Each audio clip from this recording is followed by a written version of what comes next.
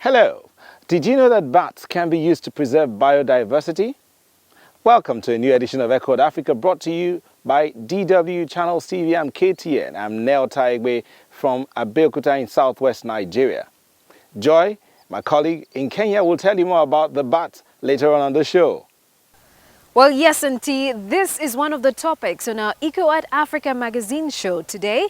Hello from Nairobi, Kenya. I'm Joy Doreen Bira, and this is what we have coming up for you on our environmental show. We head to Ibadan in Oyo State, Nigeria, to check out an initiative that's creating handcrafted products from natural fibers. We go to Germany to investigate the environmental impact of the so-called shared economy. And finally, we visit Kasanka National Park in Zambia, where millions of fruit bats find sanctuary each year. Since globalization took off, more and more animals and plants have become globetrotters. These tourists can wreak havoc, upsetting entire ecosystems. I'm talking about invasive plants like the water hyacinth.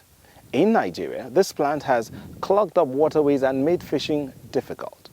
Now, a social enterprise in Oyo State in Nigeria is turning an environmental problem into a win-win situation. Achenyo Idachaba has found a way to turn troublesome weeds into woven wonders.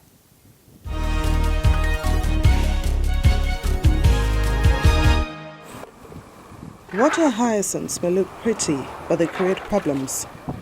Over the past few decades, the invasive and pernicious weed has been choking Nigeria's waterways and lagoons. It has become a serious problem for fishing communities along the rivers. Fishermen like Idowu Wasiu Dauto are in despair. We come all the way from Makoko, and when we get here, we can't find any fish to catch. They all hide among the water hyacinths. When we cast out nets, they get caught in the weeds. They are a great nuisance for us. It seems there is no way to get rid of this invasive plant. It has no natural enemies here, and it is spreading unhindered in this foreign ecosystem. Idowu has just learned he can harvest and sell these weed to a social enterprise. I don't even have money to cut my hair or shave. It's these water hyacinths. Now that I discover that I can sell them, I will sell them all. The plant thrives best in warm climates and in water with low levels of salt. In Lagos lagoons, it doubles its number every 2 weeks by means of offshoots. I'm glad that what was a nuisance before is now a blessing to me. The bags with the collected water hyacinths end up on Achenyo Idachaba's doorstep in Ibadan. In 2009, she left her corporate career in the United States and created the eco enterprise Mitimeth. Here, she turns the alien plant into a thriving business. Initially, when water hyacinth was discovered, and it actually originated from the Amazon, people thought it was an ornamental plant because of this beautiful purple flower that we have on here. But little did we know it was far from an ornamental plant. Instead, it is an invasive aquatic weed. Decomposing water hyacinths are posing another threat to the climate. They produce methane, a potent greenhouse gas, which has 21 times the global warming potential of carbon dioxide. Thanks to Achenyo's creativity, these dried stems of the water hyacinth are converted into usable and decorative objects. The processing is cheap and simple. After 3 to 4 days, we have it in dry form. 95% of that water has evaporated.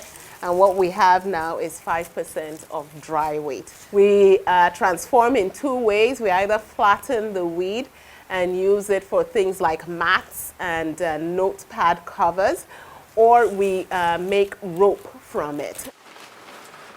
The transformation takes place at her factory. Achenyo helps the community by creating job opportunities through innovative handcrafted products. In the past 2 years, they harvested and processed more than 25 metric tons of water hyacinth and turned them into art pieces for sale. In doing this research, I found that water hyacinth was not completely a problem without a solution. There are actually several solutions. And out of the several solutions that I discovered, I zeroed in on handcrafts, simply because I like handcrafts. And I also figured that if I was going to proffer this solution, it has to be a solution that people could relate to. We can't think Training and regular workshops within the communities are key components of Achenyo's success.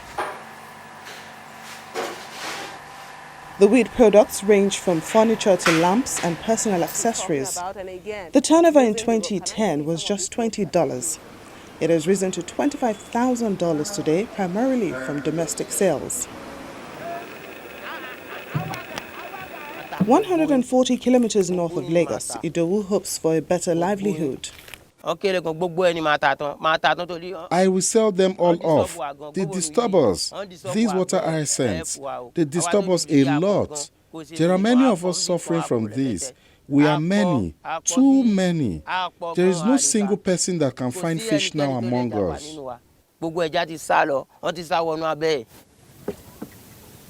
But now, Idowu Wasiu Dauto and his fellow fishermen have hope. Even though they are still struggling to find fish to support their families, the water hyacinths are not as threatening as they were before. They've become a new source of income. Okay, so let's go to Germany, that is putting a lot of thought into how to balance between a healthy economy and a healthy environment. Many environmentally conscious people believe that the shared economy could be one way to promote a sustainable growth. Now, the idea is that property, cars, tools, or even clothes are shared peer-to-peer. In the past, such practices were largely confined to friends and family. Now, thanks to the internet and globalization, a whole sector has sprung up around collaborative consumption. We investigated what kind of impact sharing has on the environment. This is our story. A typical traffic jam in Germany. Often there's just one person in the car, even if there's room for more. More cars means more pollution and more waste at the end of the vehicle's life. Everything we use eventually ends up in the garbage dump. Cars, cell phones, clothes. The more products we manufacture, the more waste we produce, and the greater the impact on the environment. Instead of each person driving their own, what if automobiles were shared? How much better would that be for the environment? That's one aim of the so-called sharing economy. The Hamburg startup Wunder offers carpooling services. That means people come together to share rides throughout the city. The idea first took off in the Philippine capital, Manila. A ride there cost about as much as bus fare. Drivers and passengers are connected through an app. Company founder Gunnar Froh wants to make better use of resources. Most people in big cities commute to work, and many use their own cars. Often they drive alone.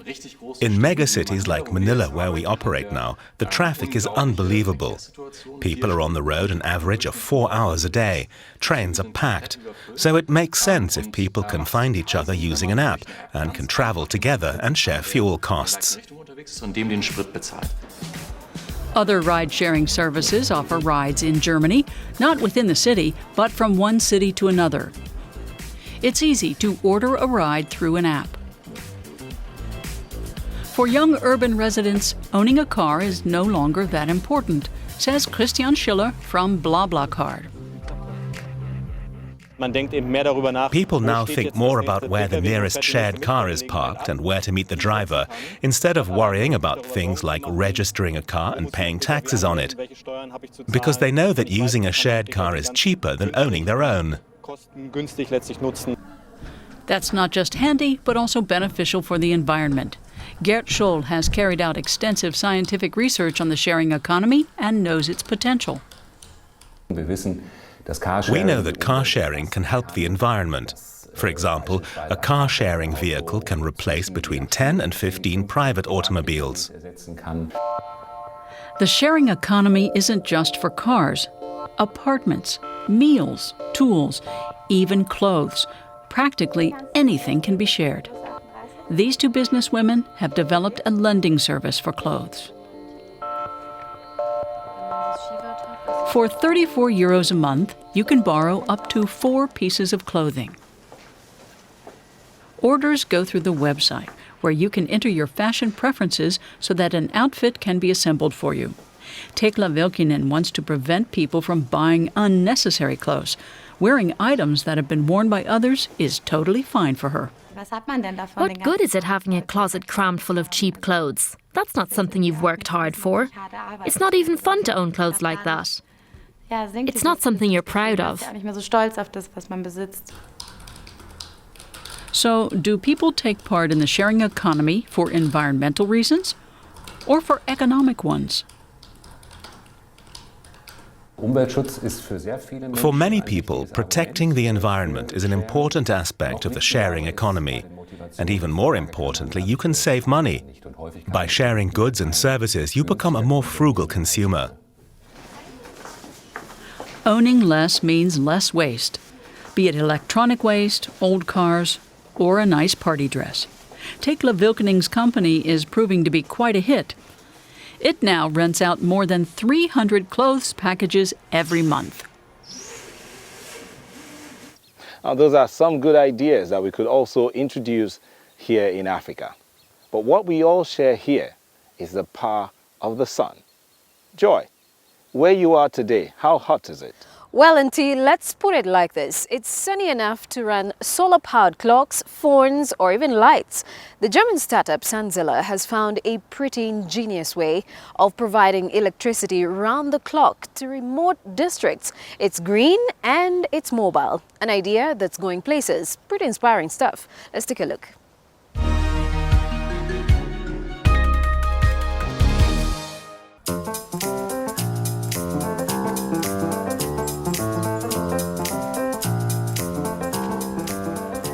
In many African countries, people don't have access to the power grid.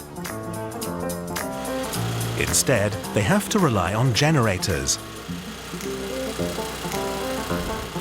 The problem is, they're loud, they need diesel, and they pollute the air.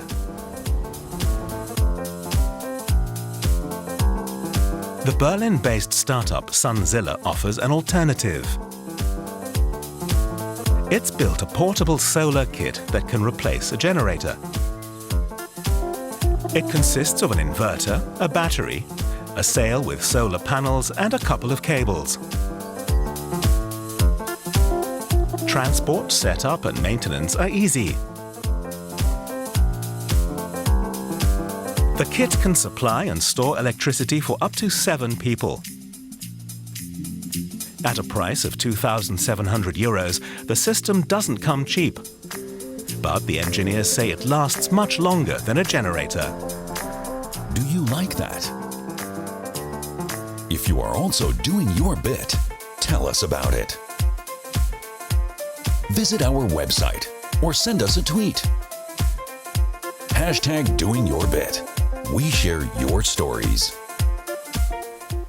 In what is Africa's biggest mammal migration, around 10 million fruit bats travel from Congo to Kasanka National Park in Zambia every year. But the species is under threat. They're hunted in Congo and their forest habitat in Zambia is shrinking. It's a spectacular event. Even school classes are invited to watch them congregating. The idea is to teach children how important it is to protect these creatures.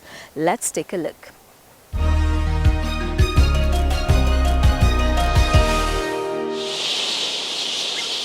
It gets busy in October in Zambia's Kasanka National Park. That's when the fruit bats arrive. The bats come from the Democratic Republic of Congo, but also other colonies in Zambia. They come here because at this time of year the fruits are ready, they're ripened. Mainly they're feeding on local masuku fruit and waterberries, but also other fruits that they just have in the villages, such as mangoes and bananas and any fruit they can find, really.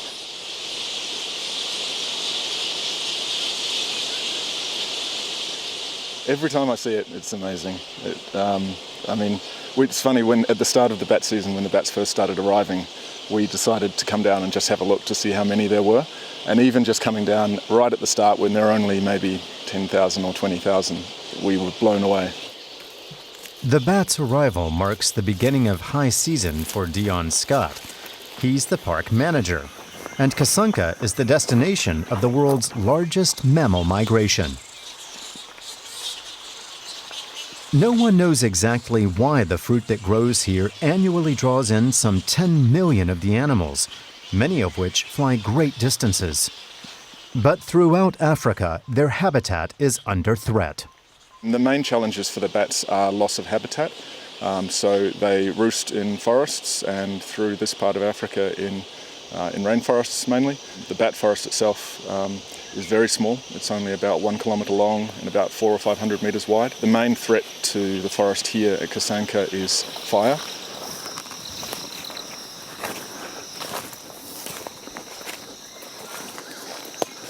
Earlier in the year, a big fire came through this part of the bat forest, and the soil in this area is a peat soil, and it burns, and so the fire comes in underground and burns out the roots of the trees, and that's what's happened to this tree. It's burnt up inside the tree, and then it's completely killed it.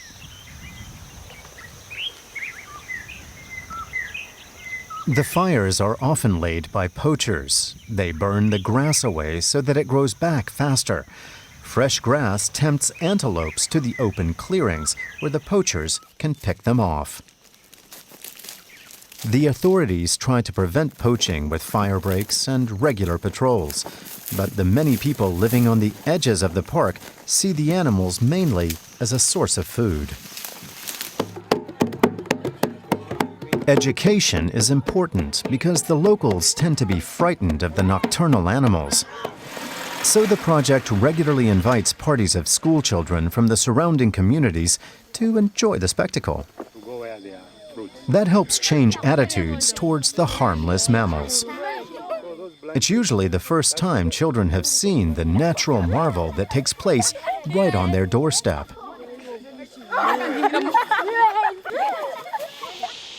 The fruit bats play an important role in the ecosystem here. They're food for many predators, and they also spread seeds with their droppings. A bat can fly up to 100 kilometers a night in Kasunka Park. With the forest here now protected, Dion Scott says the flying mammals can live here undisturbed. I think there's a great future for them, as long as we can continue to protect the habitat that they come to roost in and that they come to feed on. There's no real quiet here until the end of the year, when the bats take off again. But next year, millions of them will be back in this little corner of protected forest in northeastern Zambia. From flying mammals to birds, while fruit bats are gladly seen guests in Zambia, crows are less welcome visitors in rural Switzerland. Organic farmer Aloy Colette has long been committed to growing his crops in harmony with nature, without resorting to man-made pesticides, fertilizers or GMOs. But he was stumped by how to ward off regular invasions of crows. Finally, he was forced to take drastic measures to stop them from devouring his crops. It's been a desperate struggle. Alois Collard had nearly lost all hope. For years, dozens of crows have called his organic farm home, leaving him no choice but to sit back and watch as they destroyed his salad crops. Nets, noisemakers, balloons, nothing really helped. Last year alone, the loss of revenue amounted to 45,000 euros. Das letzte Jahr 2015 was really critical. I felt quite helpless. When you've had to write off an entire harvest, you just don't know what to do anymore. Collard is fed up. He's asked local authorities for permission to shoot the crows. After all, his is not the only farm being plagued by the birds. Daniel Gerber is known as the best crow hunter in Switzerland and has been tasked with the call. His mobile plastic dummies attract the real birds like magnets at dawn. It's astonishing that this simple method manages to trick notoriously cunning crows. As soon as they approach, their fate is sealed. Gerber shows no mercy, and he's satisfied with the result.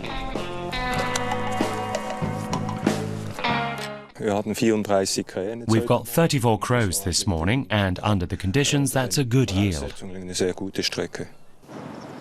Animal rights activist Katrin Hochuli believes the coal is entirely useless. She says it won't control the crow population. Crows belong to the most intelligent bird species. They're often portrayed as black, evil birds, but actually they have many abilities and are very intelligent. Possibly too intelligent for the liking of some humans. But to date, crows have been multiplying in this region, even if Daniel Gerber's services are more in demand than ever. Unfortunately, crow meat does not make for a delicious dish. So, will he be having crow soup tonight? Definitely not. No, I eat conventional foods. I certainly won't be serving up crow soup. Local authorities will take stock at the end of the year. If crop damages have declined, the crows will be spared next year. But at the moment, it doesn't look they will be that lucky. Let's head back to Africa now and another knotty problem. In Ghana, chainsaw loggers provide more than 70% of the lumber on the domestic market. They support the livelihoods of about 650,000 people and inject much needed cash into local economies. Yes, you are right, Joy. But every one of these private chainsaw operators is breaking the law. Ghana and the European Union are now working together to find ways for these loggers to go legal or leave the lumber behind and pursue a new livelihood. Logging was once a lucrative business for Benedicta Adibrisi. She'd enter the forest illegally and identify the trees to be felled. She employed 2 people for the work, but now she's given it all up. A time came when we were called to a meeting. It was there we were told about the ban on chainsaw operations. We were educated on several ways in which we can move away from the illegal activity. Now we have reached a stage where we have no alternative but to stop our illegal activities. The forest held almost 700 known species of trees, including several mahogany varieties. Only 10% of the main rainforest is left. Illegal logging cost Ghana around 2.5 million hectares of its tropical forest cover. Benedicta Adibrisi is not the only one here whose business depended on exploiting nature. I don't have any rights to enter the forest. It's an illegal activity in which we were all involved. If you succeed, all well and good. If, however, you get arrested by forestry officials or the military, you accept your fate. For several years, Ghana has belonged to a voluntary UN initiative to combat deforestation. The initiative trains people in local communities and educates them about the consequences of illegal logging activity. The program is also supported by the European Union. Community representatives pass their knowledge on to the people who live in forest villages with one clear aim in mind: reduce the number of or amount of illegal timber that is being exported from ACP countries to the European Union. But besides nature conservation, the initiative also guarantees fair trade practices with Europe. It also wants to offer young people in the communities legal opportunities in forestry. Local communities and forest concession holders are linked together. That enables them to adopt artisanal milling skills to supply the domestic market with legal timber. We start to recognize that we are doing more evil to the forest than good. So we started to feel the pain. So far, 7,500 people in the region have joined in the partnership agreement. People like Rited Boateng, who was a saw technician. He used to repair chainsaws for the major logging operators. Thanks to the UN's environmental initiative, he's been able to use his knowledge of wood to start up a sawmill, which cuts waste by recycling the leftover products. That wraps it up for today's show. If you have any ideas or stories or photos to post on environmental issues, don't hesitate to visit our social media sites. Details on those are at the end of the show. For now, it's time to say bye-bye from Abeokuta in Ogun State, Nigeria. Well, thanks for watching Eco at Africa, our European and Pan-African magazine. Bye-bye from me here in Nairobi, Kenya. I'll see you next week with new exciting videos.